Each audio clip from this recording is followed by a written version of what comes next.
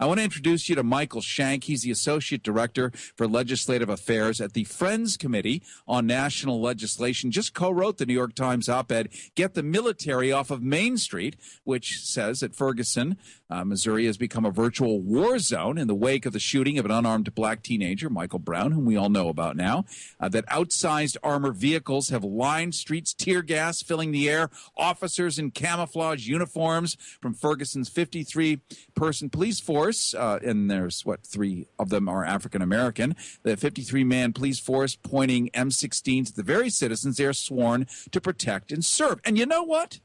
It doesn't matter what side of the make-believe political system you're on, the make-believe Republican, the make-believe, because they're so different, you know? It doesn't really matter what side you fancy yourself. Fancy. It's so fancy to be on a side like it's a football team. The fact is, here in America, the founding daddies would probably upchuck at this notion. And Michael Shank, I want to welcome you to the Smart Show, although I wouldn't say it's so smart the way I've been presenting it so far, but I'm trying. It's great to be here. Thanks for having me on the show. Thanks for being on. By the way, the Friends Committee on National Legislation, is that a Quaker organization? It is. It's a Quaker group based in Washington, D.C., lobbying on everything, lobbying not with money but with information and people power on everything from poverty and inequality in America to the wars overseas and everything in between. So this issue is front and center for us. Cool. Well, unbeknownst to you, I am connected to you because my great-grandparents, who were Quakers, moved to Chicago right after the Chicago fire and started the first ever public housing program in the United States, the Chicago Housing Authority, as Quakers. Look at that.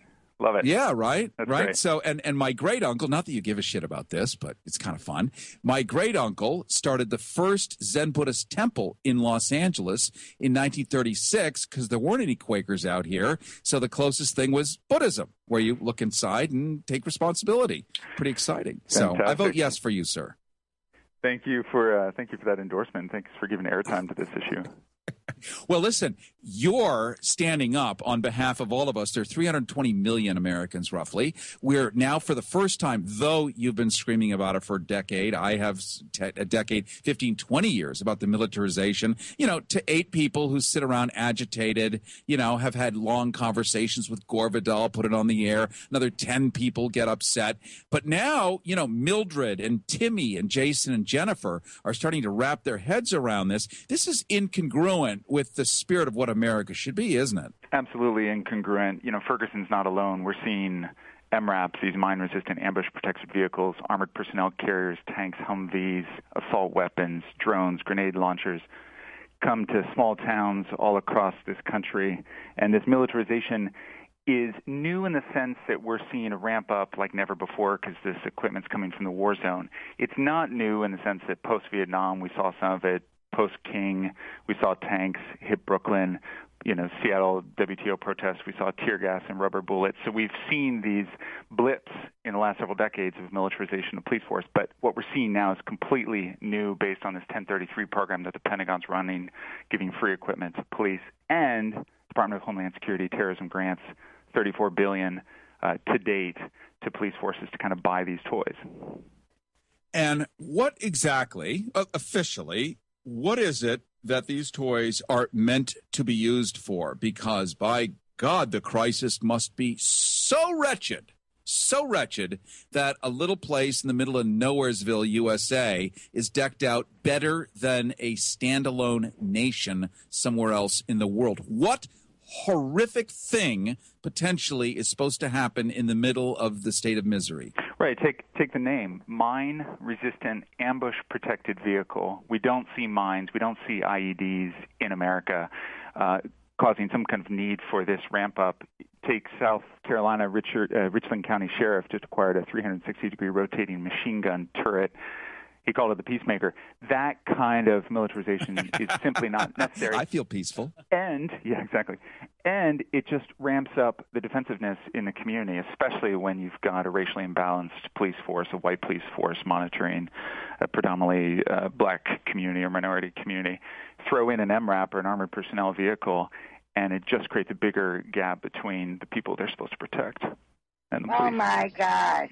Well, that said, your sense on, let's take the same sized, dinky or mid-sized town in the U.S. It's full of gringos, full of white folks somewhere. Let's say Arizona or somewhere. Do they have the same kind of equipment sitting there, guns aimed at the residents there who go play golf every day?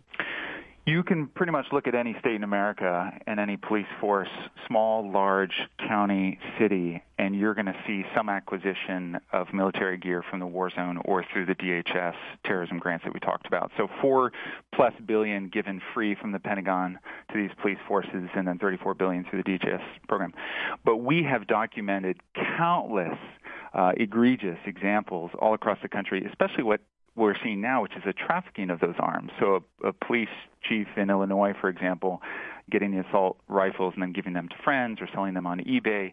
We're seeing a trafficking of weapons in the millions of dollars.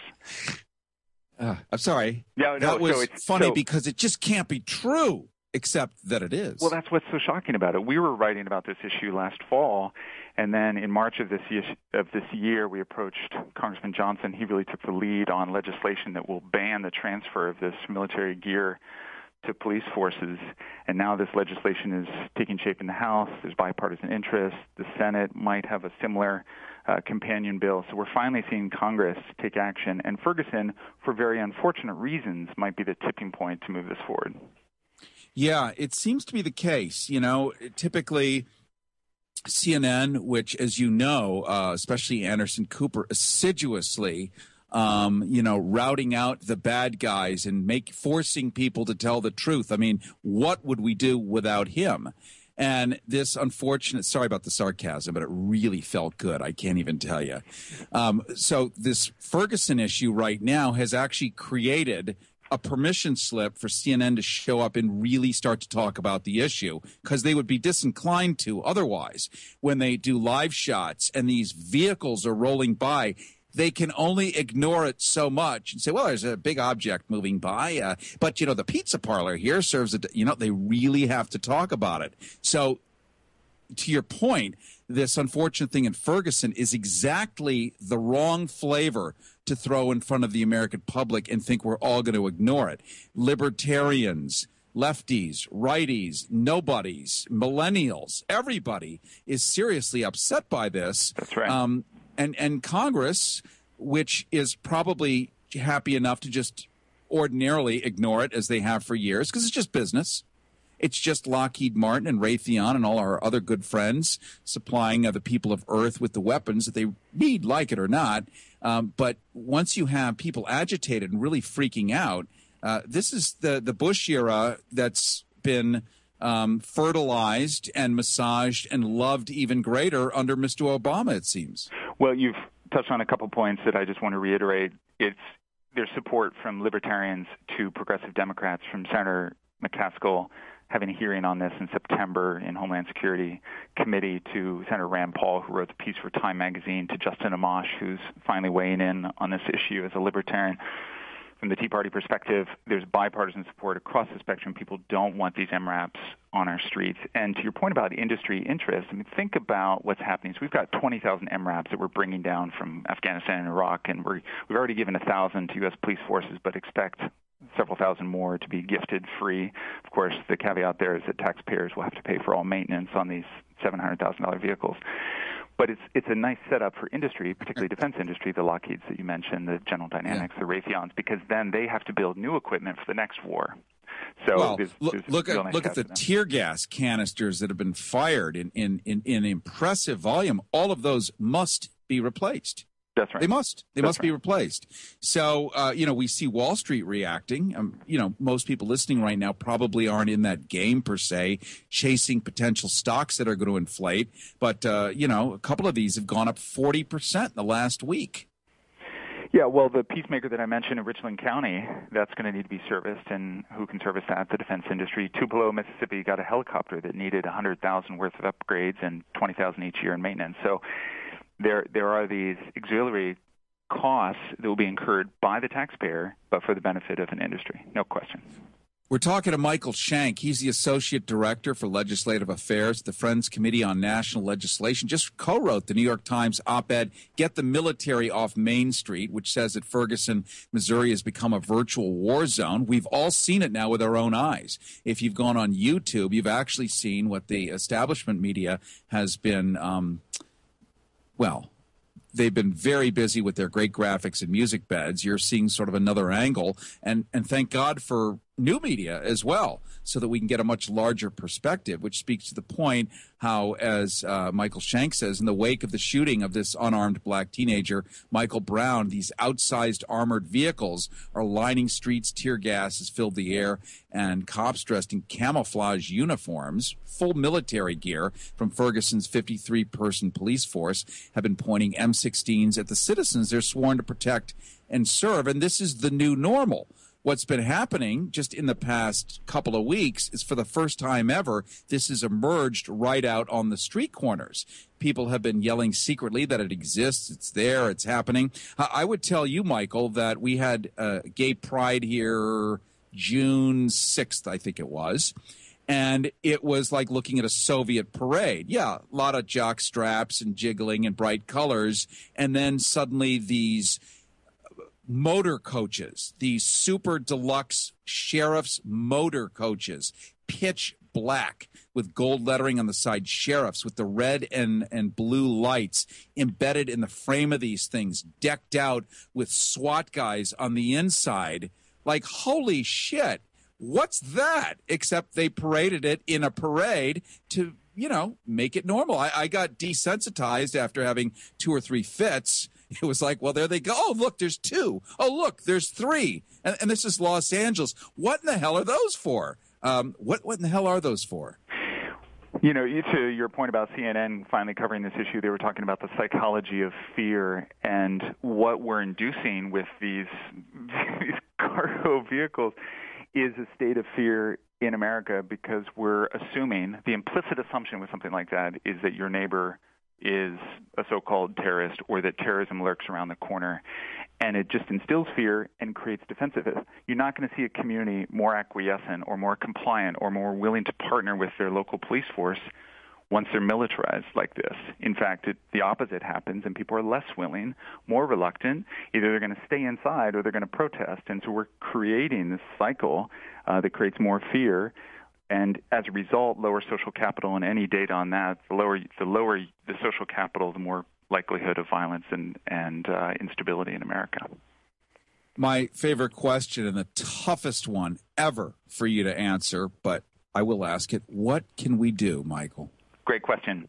So anyone listening, I hope they call up their rep in the House or their senator, whether it's in California or across this country, and talk about 2 things. One, this Pentagon's 1033 program that's giving free equipment from the war zone. Ask them to ban that transfer of equipment. We've got some legislation already out there. It's Congressman Johnson's legislation. It's going to be bipartisan in the House, so they can support that. But then they can also go further and speak out against Department of Homeland Security's gifts of terrorism grants to police forces all across the country, now $34 billion, as I've mentioned, and just demand a demilitarized police force and community-oriented policing. If they care about a positive alternative, look up Norm Stamper. He was the former Seattle police chief who used tear gas, who used rubber bullets and canisters on Seattle protesters, and he has had an about-face, a mea culpa, and said, you know what, I was wrong, and this isn't the way forward. And to call, Attorney General Eric Holder out and say we need more funding for community-oriented policing, and policing that actually represents the people they're protecting and serving, both in class and in color.